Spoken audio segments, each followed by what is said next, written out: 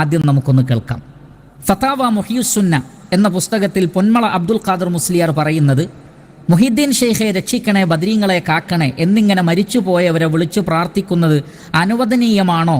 അനുവദനീയമാണെങ്കിൽ വിശുദ്ധ ഖുർആനിലോ സ്വഹീഹായ ഹദീസിലോ അങ്ങനെ പറഞ്ഞിട്ടുണ്ടോ എന്ന ഒരു ചോദ്യത്തിന് ആ വ്യക്തി നൽകുന്ന മറുപടി എന്താണ്? അനുവദനീയമാണ് എന്നാണ്. എന്ന് പറഞ്ഞാൽ സമസ്തയുടെ അഖീദ എന്നത് മരിച്ചുപോയ മഹാത്മാക്കളെ വിളിച്ചു പ്രാർത്ഥിക്കാമെന്ന് തന്നെയാണ്. അല്ലാതെ അവരുടെ ഖബറിൻ്റെ അടുക്കൽ പോയിട്ട് അള്ളാഹുവിനോട് അവരെ വസീലയാക്കി പ്രാർത്ഥിക്കാമെന്നല്ല.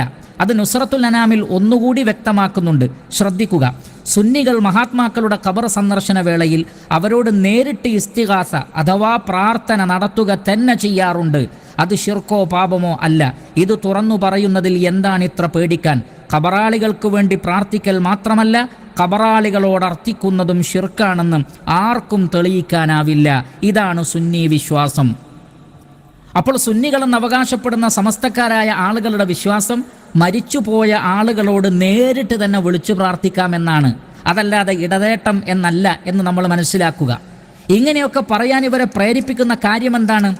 അത് വളരെ വ്യക്തമായി നമുക്ക് കാണാൻ സാധിക്കും. ഇസ്തിഗാസ എന്ന പുസ്തകം, മാളിയേക്കൽ സുലൈമാൻ സഖാഫി അദ്ദേഹം പറയുന്നത്, അള്ളാഹുവിനെ പോലെ കാണുമെന്നോ കേൾക്കുമെന്നോ ഒരു വലിയനെ കുറിച്ച് പറയുന്നത് ശിർക്കാവുകയില്ല എന്ന് പറഞ്ഞാൽ അള്ളാഹുവിനെ പോലെ കാണാനും കേൾക്കാനും വലിയകൾക്ക് സാധിക്കും.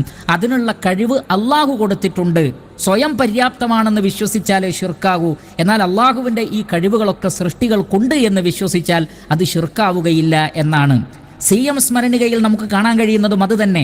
അള്ളാഹു കേൾക്കുന്നത് പോലെ കേൾക്കുകയും കാണുകയും പ്രവർത്തിക്കുകയും ചെയ്യുക എന്നാണ് ഇതിൻ്റെ വിവക്ഷയെന്ന് പണ്ഡിതന്മാർ വിവരിച്ചിട്ടുണ്ട്. എന്ന് പറഞ്ഞാൽ വലിയകൾക്ക് അള്ളാഹു സുബ്ഹാനഹു തആല കാണുന്നത് പോലെ കാണാനും കേൾക്കാനും പ്രവർത്തിക്കുവാനും സാധിക്കും എന്നാണ് അവർ വിശദീകരിക്കുന്നത്.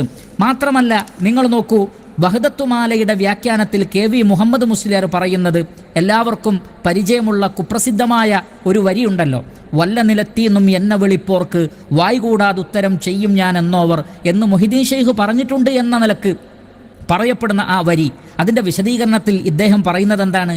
ഏത് നാട്ടിൽ നിന്ന് എന്നെ വിളിച്ചാലും ഞാൻ ഉടനെ ഉത്തരം ചെയ്യുമെന്നർത്ഥം. കാരണം ഗൗസുൽ ഔളമിനെ വിളിച്ചാൽ ഉത്തരം ചെയ്യുന്നത് അള്ളാഹുവാണ്, അള്ളാഹുവിനെ വിളിച്ചാൽ ഉത്തരം ചെയ്യുന്നത് ഗൗസുൽ അഅ്ലമുമാണ്.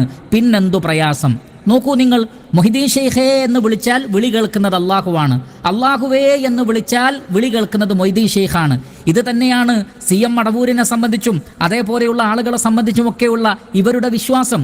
അപ്പോൾ അള്ളാഹുവിന് പുറമെ വലിയകൾക്കും അമ്പിയാക്കൾക്കും എല്ലാം കാണാനും കേൾക്കാനും അറിയാനും പ്രാർത്ഥനക്കുത്തരം ചെയ്യാനും സാധിക്കും. അതുകൊണ്ട് അവരോട് വിളിച്ചു പ്രാർത്ഥിക്കാമെന്നതാണ് സുന്നി അഖീദ. ഇതിനെ സ്ഥാപിക്കുന്ന ഒരു ആയത്തെങ്കിലും ഉദ്ധരിക്കാൻ സാധിച്ചോ? ഒരു ഹദീസെങ്കിലും ഉദ്ധരിക്കാൻ സാധിച്ചോ? മറിച്ച് ചില ഇമാമിങ്ങളുടെ കിതാബ് ഇങ്ങനെ ഉയർത്തിക്കാണിച്ചു, എന്നാൽ അതിൽ ഈ പറയുന്ന ആശയത്തെ വിശദീകരിച്ചതുമില്ല, വ്യാഖ്യാനിച്ചതുമില്ല. എന്തിനാണത്? ഞാൻ കുറേ കിതാബ് കൊണ്ടുവന്നിട്ടുണ്ടെന്ന് സാധാരണക്കാരായ ആളുകളെ തോന്നിപ്പിച്ച് അവരെ വഞ്ചിക്കാൻ. ഇല്ലായിരുന്നെങ്കിൽ ഈ ആശയം തുറന്നു പറയാൻ എന്തായിരുന്നു മടി? അതിന് ഉപോത്ബലകമായ ആയത്തോ ഹദീസോ കൊണ്ടുവരാൻ എന്തായിരുന്നു മടി? അത് ഖിയാമത്ത് നാൾ വരെ സാധ്യമല്ലാത്തത് കൊണ്ടാണ്. കാരണം അല്ലാഹു സുബ്ഹാനഹു വതആല പറയുന്നത്, വമൻ യദ്ഉ മഅല്ലാഹി ഇലാഹൻ ആഖറ ലാ ബുർഹാന ലഹു ബിഹി, അല്ലാഹുവിന് പുറമെ മറ്റു ഇലാഹുകളോട് വിളിച്ചു പ്രാർത്ഥിക്കാമെന്ന് വാദിക്കുന്നവർക്ക് യാതൊരു തെളിവുമില്ല. അങ്ങനെയുള്ള തെളിവ് ഇല്ലാത്തത് കൊണ്ടാണ് വിഷയവുമായി ബന്ധമില്ലാത്ത പല കാര്യങ്ങളും ഇദ്ദേഹം സമർത്ഥിക്കുവാൻ വേണ്ടി ശ്രമിച്ചിട്ടുള്ളത്. അങ്ങനെ